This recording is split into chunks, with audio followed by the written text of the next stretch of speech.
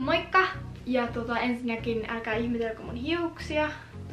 Ne oli niin sähköiset, että mun oli pakko laittaa ne kiinni. Ja nää näyttää ihan hirveiltä. Mutta tänään mä kuvaan teille videota. Yeah! Ja ekaksi mä haluan sanoa, että mun kanavan nimi on muuttunut ja mun Insta-nimi on muuttunut. Eli jos te haluatte seurata mua Instassa, niin se ei ole enää Ella Bellav niin kuin se ennen oli, vaan se on nyt Ella Kastreen. Eli näin kirjoitetaan, jos joku ei tiedä. Ja mun YouTube-nimi on kans sitten Ella Kastreen. Koska mun mielestä on helpompaa, että on sama YouTube ja Insta-nimi. Ja Snap-nimi mulla on sitten Ellu Ilona, koska sitähän ei voi mitenkään muuttaa. Niin se on sitten Ellu Ilona, että se on sitten eri. Mutta niin kuin te varmaan huomasitte otsikosta, niin mä en tullut nyt puhua siitä, että mun kanavien nimet vaihtu, tai siis mun Insta ja YouTube-nimet vaihtu, vaan mä tulin tänään kertomaan teille storyn. Eli tänään on luvassa mun ensimmäinen story time. Ja tää ehkä voi olla mun viimeinenkin story time, koska tää ei oo mikään semmonen dramaattinen story, missä mä kertoisin vaikka, että mut kidnappattiin tai jotain vastaavaa, vaan tää on tällainen vähän erilainen video. Eli jos tää on teidän mielestä ihan sikatyylsä tai tässä ei ollut mitään ideaa edes kertoa tätä tarinaa, niin kertokaa mulle kommenttiin, koska sitten mä en niin enää tee lisää näitä. Mutta me voidaan aloittaa. Eli niin kuin varmaan otsikosta huomasitte, niin tää on siis kun mun pulloposti löydettiin 2 kertaa. Eli tosiaan tää oli siis mun ja mun serkkujen pulloposti, joka löydettiin sitten 2 kertaa. Ja me siis ollaan joka kesä, kun me oltiin pienempiä, niin laitettiin aina pulloposti menemään. You know. Elikkä siis me kirjoitettiin kirja, laitettiin se pulloon, semmoiseen johonkin peruslimupulloon, ja sitten me heitettiin se niin kuin järveen. Tai sit mä en ole varmaan, me välillä uitiin niin kuin vähän, tai kahlailtiin, ja sitten me heitettiin se pullo menemään, tai sitten me jopa mentiin soutelemaan, ja sitten me heitettiin se menee jonnekin vähän kauemmas, ettei se vaan tuu takas rantaan. Kesällä 2012 me laitettiin tällainen kirje. Eli siis me kirjoitettiin siinä kirjassa tälleen. Hei sinä, joka tätä luet. Kirjoitimme ja lähetimme tämän tänään 8.7.2012. Meillä on kesämökki täällä, bla bla bla bla. Kerrottiin, missä meidän kesämökki on. Ja sitten, mitä kuuluu? Meille kuuluu hyvää. Me ollaan täällä viettämässä kesää. Me ollaan serkukset 8, 11, 15 ja 16-vuotiaita. Ja mä olin siis toi 11-vuotias silloin. Päätettiin laittaa pullopostia ja olisi kiva, jos tämän löytäjä ilmoittaisi siitä meille. Sitten me laitettiin meidän kaikkien sähköpostiosoitteet. Ja sitten me laitettiin vielä meidän mökin osoite. Ja lopuksi laitettiin, että odotamme innolla vastausta, terveisin kesämökkiläiset. Ja toi kesä oli siis 2012 kesä, ja sitten kului tosta vähän yli viikko, oikeastaan 10 päivää, noin. Ja sitten mä heräsin, mä olin vielä silloinkin mökillä sen 10 päivän jälkeen, ja mä heräsin ja olin varmaan iPadilla tai jotain. Ja sit mä katsoin, että mulla on tullut sähköposti, ja mulla ei ikin tullut silloin sähköposteja, että mä olin silleen, että okei, nyt mulla on tullut sähköposti tai jotain niin virallista, koska mulla ei tullut ikin sähköpostia, ja mä ajattelin, että sinne tulee vaan kaikkiaan tommoset tärkeät viestit ja näin. Ja sit mä menin niinku tälleen normaalisti sähköpostiin, ja sit mä näin, että niinku siinä otsikkoon lukee pulloposti. Sit mä olin ihan silleen, what? Oot sä tosissaan, että meidän pulloposti on löydetty? Ja sitten tää viesti meni näin. Tervehdys! Löysin teidän lähettämän pullopostin tänään 19.7.2012. Sitten tää kertoo, että mistä se sen löysi. Ja sitten kertoo, että ei kerkeä paljon kesälomia viettämään. Tänäänkin ajetaan 652 nippua puuta, bla bla bla. Elikkä tää oli siis joku hinaajapäällikkö. Eli tiedättekö sitä, kun hinata jotain sellaisia, mitä noin nyt oli? Nippupuita. Jotain tukkeja hinataan, niin se oli löytänyt sen sieltä jostain. Laitoin teidän pullopostinne edelleen virran vietäväksi. Mukavaa kesän jatkoa.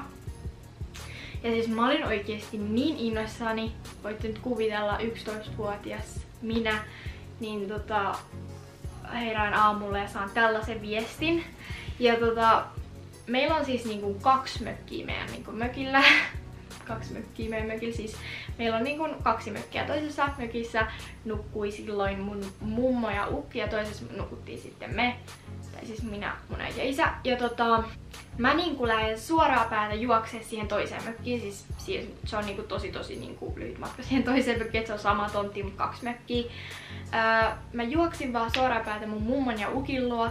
Ja ne oli vielä suurin piirtein nukkumassa, kun mä niinku tuun silleen, että meidän pulloposti löydettiin. Ja noihan silleen, oot sä tosissas? Ja mä olin vaan silleen, joo, mä luin ton ja me oltiin niin oikeesti innoissamme tästä koko jutusta. Se kesä oli niinku paras kesä ikin, koska meidän pulloposti oli löydetty. Ja siis en mä nyt oikeesti ajatella, että meidän pulloposti olisi löydetty, koska se oli aina tommonen jokavuotinen perinne, että me vaan laitettiin pulloposti, mutta ei tullut ikinä keneltään vastausta. Ja tää oli ensimmäinen kerta, kun meidän pullopostiin vastattiin ja joku löysi sen. No, sitten meni 3 vuotta. Mä oon unohtanut kokonaan ton jutun ja kaikki. Oli kesä 2015. Ja mun mielestä, mä en ole nyt oikeesti ihan varma, mutta mun mielestä mä olin silloin Maltalla, kun mulla tulee seuraava sähköposti. Eli mä olin siis Maltalla kielimatkalla, mä olin mun isäntäperheessä ja mun mielestä se oli niin kuin ilta. Että mä niinku, tai mä en ole varma oliko se ilta vai iltapäivä tai jotain, mutta me oltiin kumminkin siellä kotona. Ja mä olin sit niinku, mä olin varmaan siellä tai puhelimella tai tein jotain ja huomasin, että mulla tuli sähköposti. Ja menin sit kattoo sen. Ja sen otsikko oli pulloposti. Sitten mä olin ihan silleen, what? Mitä hitsiä? Et ei me olla lähetetty niinku 3 vuoteen pullopostia. Tai siis mä olin silleen, että en mä edes muista milloin me ollaan viimeksi lähetetty pullopostia, että mitäs hitsiä. Ja sitten mä niinku avasin tän sähköpostin ja tää sähköpostiviesti oli tosi pitkä. Ja tässä oli kuvia mukana ja kaikkea. Ja mä olin ihan silleen, onko tää nyt mennyt väärään numeroon tai mikä pila tää on tai jotain. Sitten mä olin lukea tätä ja mä olin ihan silleen, että ei voi olla totta. Mä voin lukea tässä nyt osaa. Nää kertoo tosi paljon myös niiden omasta perheestä ja mistä päin ne on ja mitä ne on tehnyt kesällä ja näin. Mä en ehkä viitti niitä lukea, mutta mä voin lukea tän alun, kun ne kertoo, että miten ne löysi tän meidän pullopostin. Hei kesämökkiläiset, tänään sattui hassu juttu, pakko kertoa. Olimme perheemme kanssa kesämökkitontilla ja olimme jo lähdössä pois. Kello oli jo yli 21. Rannassa ihmettelimme erästä mäntyä, johon näytti iskeneen salama. Menimme katsomaan sitä ja tosiaan tämän kesän ekatukkoset oli pamauttaneet paksun honkapetjan latvaan salamalla. Kaarnat oli lentäneet latvasta tyveen saakka kierteenomaisesti pois. Mutta parasta tässä oli se, että petäjän juurelta löytyi rantavedestä muovipullo, jonka sisällä oli paperikäärö. Avasimme pullon vasta kotona. Yllätys on varmaan molemminpuolinen, koska pullo on tehnyt reissua lähes 3 vuotta ennen kuin se nyt löytyi. Se olikin löytynyt jo kerran. On se vaan kestänyt ehjänä talven pakkasetkin ja vielä vuotamatta. Mahtava suoritus. Sitten nää kertoo tässä vaan niin kuin kaikkea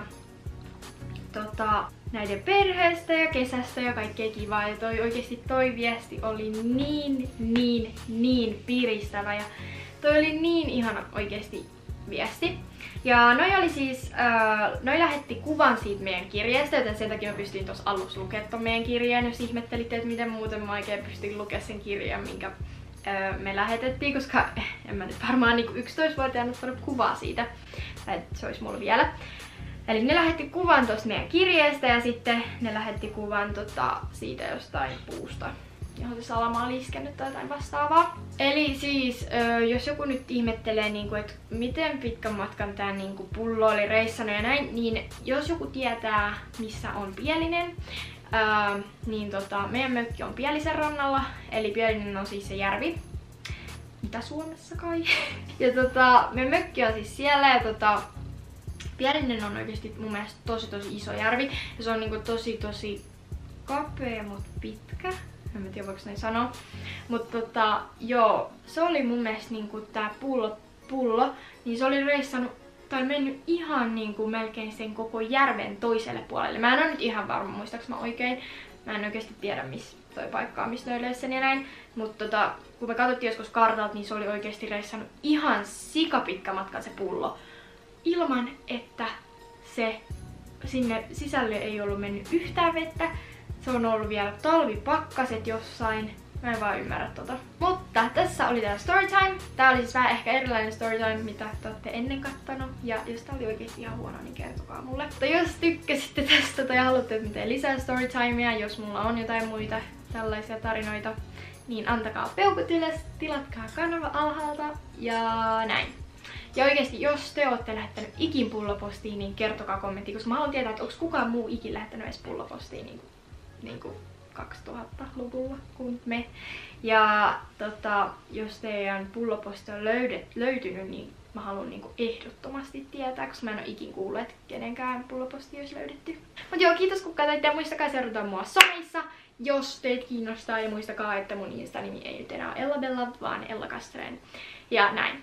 Kiitos kun katsoit videon ja me nähdään taas ensi videossa. Moikka! Ja saa muuten aina laittaa videoideoita, jos tulee sellaisia mieleen. Moikka!